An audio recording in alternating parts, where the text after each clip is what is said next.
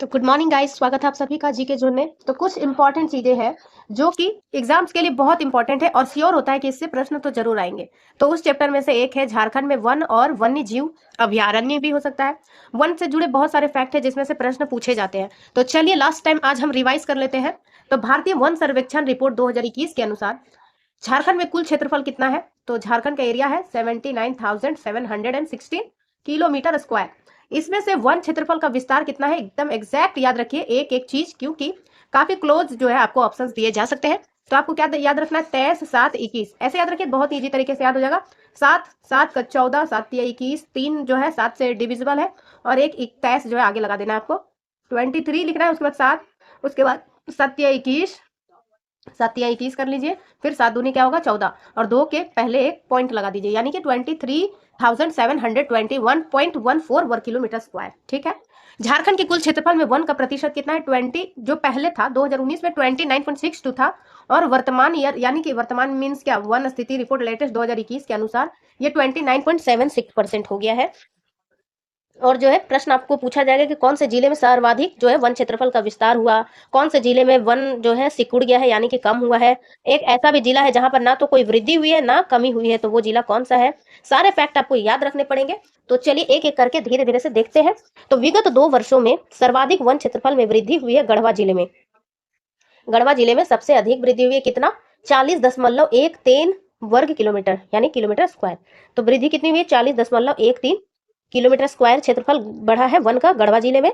एवं वनावरण में सर्वाधिक वृद्धि दर्शाने वाले राज्यों में झारखंड का स्थान 5वां है। मतलब पूरे भारत में बहुत सारे राज्य है जहां पे वन विस्तार हुआ है। एक सेकेंड। तो गाइस क्या बोल रही थी मैं कि जैसे कि मान लीजिए पूरे झारखंड में बहुत सारे राज्य होंगे जहां पे वृद्धि दर्ज की गई होगी, तो उसमें से झारखंड का स्थान 5वां है जहां पे वृद्धि दर्ज की गई है उसके मामले में।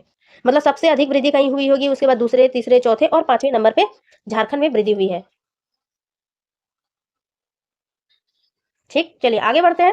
ये सभी एक एक फैक्ट, इस चैप्टर का एक एक फैक्ट जो है आपके लिए इंपॉर्टेंट है। तो पूरे झारखंड में अगर वृद्धि की बात की जाए तो कितना वृद्धि हुआ है? 109.73 वर्ग किलोमीटर। अब ये देखिए, ये बड़ा इंपॉर्टेंट है कि विगत 2 वर्षों में गोड्डा जिले में वन वृद्धि दर 0 है।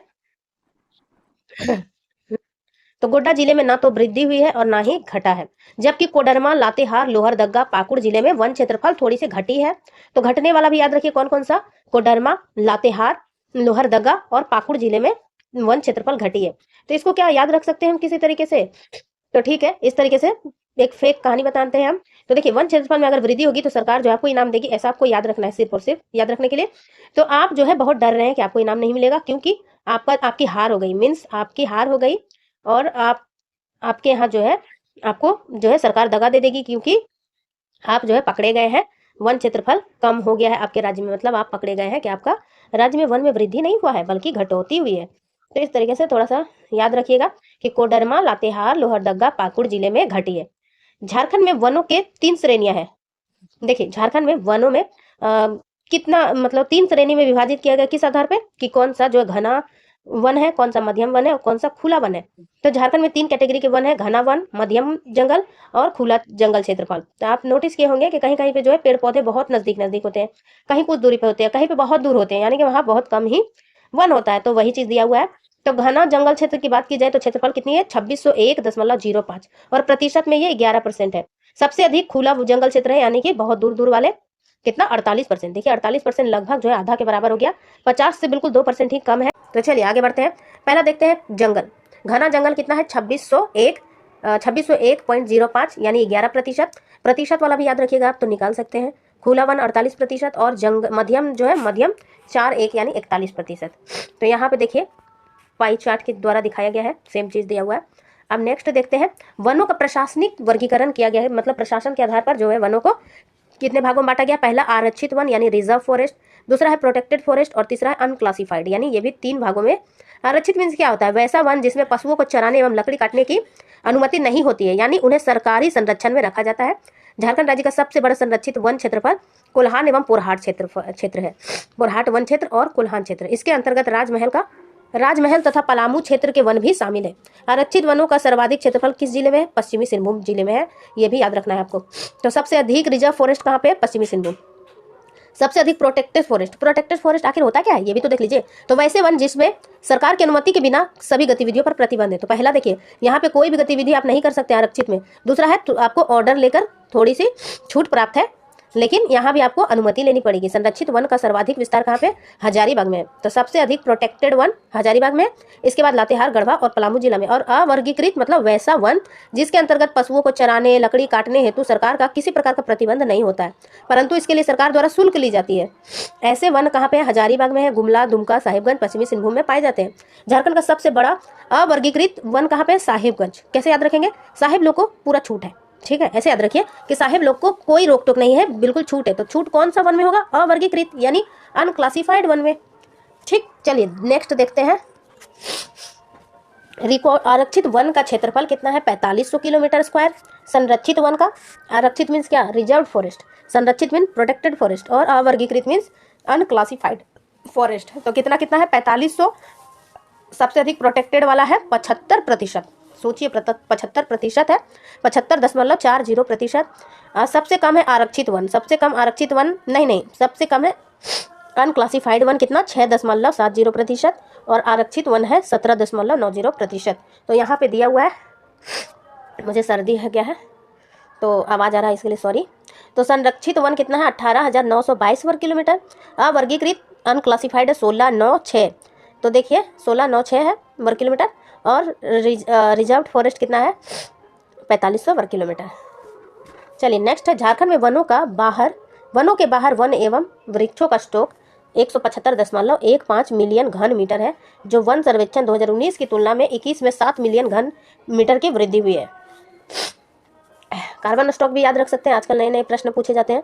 तो वर्ष 2019 में प्रति हेक्टेयर कार्बन स्टॉक कितना था, 75.39 टन, जो कि 2021 में बढ़कर कितना हो गया, 77.92 टन। नेक्स्ट है, क्या आप जानते हैं, तो क्या भारतीय वन सर्वेक्षण की स्थापना हुई थी 1 जून 1981 में, और इसका मुख्यालय है उत्तराखंड के देहरादून में। तो मैं तो जानती हूँ। तो चलिए नेक्स्ट देखते हैं। भारतीय वन सर्वेक्षण द्वारा द्विवार्षिक रिपोर्ट प्रकाशित की जाती है, जिसमें भारत के वन एवं वृक्ष आकलन का उल्लेख होता है। वन सर्वेक्षण रिपोर्ट 2021 में वन स्थिति रिपोर्ट का यह 17वां प्रकाशन है। वन सर्वेक्षण के आंकड़ों के संग्रहण हेतु भारतीय दूरदर्शी उपग्रह रिसोर्ससेट 2A का प्रयोग किया जाता है। और ये क्वेश्चन जो है ये बहुत ही इंपॉर्टेंट है, इसे याद रखिए। झारखंड राज्य में प्रति व्यक्ति वन एवं पेड़ों का आच्छादन कितना है, 0.08 हेक्टेयर। अब बाकी सब ये इतना तो याद रख पाना मुश्किल है अभी फिलहाल के लिए, तो इसे स्किप करेंगे हम। और हम चलिए इस आंकड़े को जरूर से जरूर याद रखना, क्या कि जिला सर्वाधिक वन क्षेत्रफल वाले 4 जिले आपको कम से कम याद रखने चाहिए, और सर्वाधिक और न्यूनतम 1% और सर्वाधिक 1% वाले 4 जिले। और एक और चीज़ आपको याद रखना बहुत जरूरी है कि कौन से जिले में वृद्धि दर्ज की गई है। तो पहला देखिए, सर्वाधिक वन क्षेत्रफल है पश्चिमी सिंहभूम जिला में, कितना है 3368.44। लातेहार में 2403.04, चतरा में है 1782.03 वर्ग किलोमीटर, और गुमला जिले में है 1443.15 वर्ग किलोमीटर। तो पढ़ लीजिए 3368.44, 2403.04 और 1782 1483 हो गया। चलिए नेक्स्ट देखते हैं। अब न्यूनतम की बात की जाए तो जामताड़ा में सबसे कम है 106.02%। उसके बाद देवघर, धनबाद और पाकुड़। इसे कैसे याद रखिएगा, ऐसे याद रखिए JDDP याद रखिए। J for Jamtara, D for Deoghar, D for Dhanbad और P फॉर पाकुड़। JDDP याद रखिए, DP, D के बाद P। तो जामताड़ा, देवघर, धनबाद, पाकुड़। तो सबसे कम वन कहाँ पे है, जामताड़ा में 106.02 वर्ग किलोमीटर। देवघर में कितना है 205.80 वर्ग किलोमीटर। और तीसरा में है धनबाद जिला 218.18। तो इसको याद करने का एक छोटा सा ट्रिक मैं बताती हूँ कि जामताड़ा में देखिए बहुत साइबर क्राइम होता है, ठीक है। साइबर क्राइम करने के लिए क्या जरूरी है, नेट जरूरी है, और नेट के लिए टावर लगाना जरूरी है। तो वहाँ के लोग जो है पेड़ काट कर टावर लगाते हैं, ठीक है। तो वहाँ के लोग पेड़ काट कर टावर लगा देते हैं, इसलिए वहाँ पे जो है वन क्षेत्रफल बहुत कम है। तो इस तरीके से याद हो गया, जामताड़ा हो गया। साइबर ठगी के लिए कौन सा जिला जाना जाता है झारखंड का, वो है जामताड़ा जिला। चलिए अब नेक्स्ट आगे बढ़ते हैं। सर्वाधिक वन प्रतिशत वाले जिले। तो सर्वाधिक जो है क्षेत्रफल वाले तो हमने देख लिया, प्रतिशत वाले देखते हैं। तो मतलब पूरा लातेहार जिला में 56% एरिया उसका कवर्ड है वन से। चतरा का 47.93 यानी लगभग 48% वन क्षेत्रफल। पश्चिमी सिंहभूम का 46.63% और कोडरमा का 40.25%। चलिए नेक्स्ट है न्यूनतम 1%। तो जामताड़ा ही यहाँ पे भी टॉप किया, देवघर और धनबाद तीनों टॉप कर रहे हैं। बस लास्ट में आपको वहाँ पे पाकुड़ था, यहाँ पे दुमका कर देना है। कितना प्रतिशत ये भी देख लीजिए, 5.85%, 8.32% और धनबाद में 10.70%। चलिए आगे देखते हैं वन क्षेत्रफल में सर्वाधिक वृद्धि किसने की। तो गढ़वा, पलामू, हजारीबाग और खूंटी जिला ने। तो गढ़वा ने 40.13 वर्ग किलोमीटर में वृद्धि की, पलामू में 14.95, हजारीबाग ने 10.42 और खूंटी ने 8.25। सर्वाधिक अति सघन वन की बात की जाए तो सबसे ज्यादा कहाँ पे है, लातेहार, पश्चिमी सिंहभूम, लोहरदगा और चतरा में। सर्वाधिक खुला क्षेत्रफल वाला तो ये भी देख लीजिए, न्यूनतम अति सघन वन यानी बीच वाले वन सबसे ज्यादा कहाँ पे, पाकुड़, गोड्डा, साहिबगंज, सिमडेगा। सर्वाधिक खुला क्षेत्रफल पश्चिमी सिंहभूम, सिमडेगा, गढ़वा और हजारीबाग। न्यूनतम खुले क्षेत्रफल है जामताड़ा, पाकुड़, लोहरदगा, गोड्डा, दुमका, देवघर, जामताड़ा एवं धनबाद जिला में अति सघन वन मौजूद ही नहीं है। ठीक है, कौन सा जिला में अति सघन वन है ही नहीं, तो वो जिला है दुमका, देवघर, जामताड़ा और धनबाद।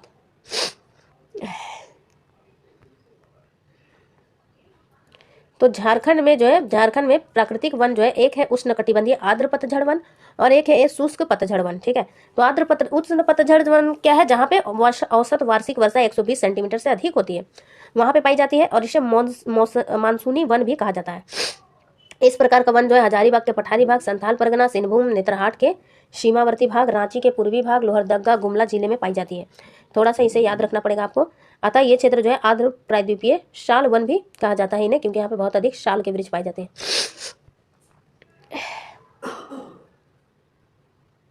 अब उष्ण कटिबंधीय शुष्क पतझड़ वन कहाँ पाए जाएंगे, जहाँ 120 सेंटीमीटर से कम वर्षा होगी वार्षिक रूप से औसत। इस वन में पेड़ में पतझड़ का मौसम अपेक्षाकृत लंबा होता है। हजारीबाग पठार के निचले क्षेत्र, रांची, सिंहभूम और पाट क्षेत्र में इस प्रकार के वनों का विस्तार है। इस क्षेत्र में पेड़ों की ऊंचाई एवं सघनता कम पाई जाती है। अब थोड़ा सा फैक्ट है, ये देख लीजिए आप। जैसे कि शखुआ को सरई भी कहा जाता है और इसके पुष्प को सरई फूल और इसके बीजों से निकले हुए तेल को कुजरी तेल कहा जाता है। ये बहुत बार पूछा जा चुका है। देखिए स्टार मार्क भी लगा हुआ है, यानी पूछा जा चुका है। और प्राकृतिक चिकित्सा एवं खाद्य तेल हेतु कुजरी तेल का प्रयोग किया जाता है। सेमल जानते होंगे आप, सेमल की लकड़ी मुलायम और सफ़ेद होती है। पैकिंग के लिए जो एप्पल जिस पेटी में आता है ना, वो सेमल का बनता है। गम्हार वृक्ष की लकड़ी चिकनी, मुलायम और हल्की होने के साथ साथ अत्यधिक टिकाऊ होती है, मतलब ये गम को हार जाती है, जिसका प्रयोग फर्नीचर बनाने में किया जाता है। आम, जामुन, कुसुम, कटहल ये सब तो जानते होंगे आप। अब लाह में देखिए, एक बार मैंने शायद आपसे क्वेश्चन पूछा था, अपना आंसर कोई नहीं किया, लेकिन मैं बता देती हूँ। झारखंड राज्य जो है भारत में कुल लाह उत्पादन में 50% उत्पादित करता है। और लाह की 4 किस्में होती है। कौन कौन सी, वैशाखी लाह, अघनी लाह, कतकी और जेठवी लाह। जिसमें से वैशाखी लाह से राज्य के कुल उत्पादन का 82% लाह का उत्पादन होता है। झारखंड राज्य में कैसिकर, लक्का या लाह का कीड़ा को पलास, बेर, कुसुम के वृक्षों में पालन किया जाता है। लाह की सबसे बड़ी विशेषता है यह एल्कोहल के अलावा अन्य द्रवों में नहीं घुलता है और यह विद्युत का कुचालक होती है। इसका प्रयोग वार्निश पेंट, पॉलिश, ग्रामोफोन का रिकॉर्ड, आतिशबाजी एवं युद्ध सामग्री, चूड़ी, खिलौना आदि में होता है। झारखंड सरकार ने जो है लाह को कृषि का दर्जा दिया हुआ है। झारखंड राज्य में लाह का सर्वाधिक उत्पादन होता है रांची, इससे पहले खूंटी में होता था, अब रांची में होता है। इसके अन्य केंद्र है बुंडू, लातेहार, गढ़वा, डाल्टनगंज, चक्रधरपुर में क्रियाशील है।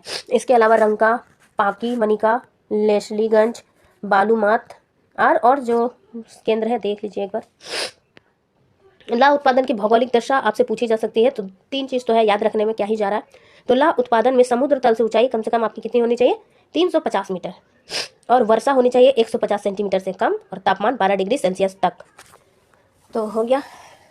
लाह शब्द की उत्पत्ति संस्कृत के लक्ष्य शब्द से हुई है। चलिए ये सभी इंपॉर्टेंट फैक्ट हमने देख लिया। तस्सर भी बहुत इंपॉर्टेंट है, तस्सर याद रखिए।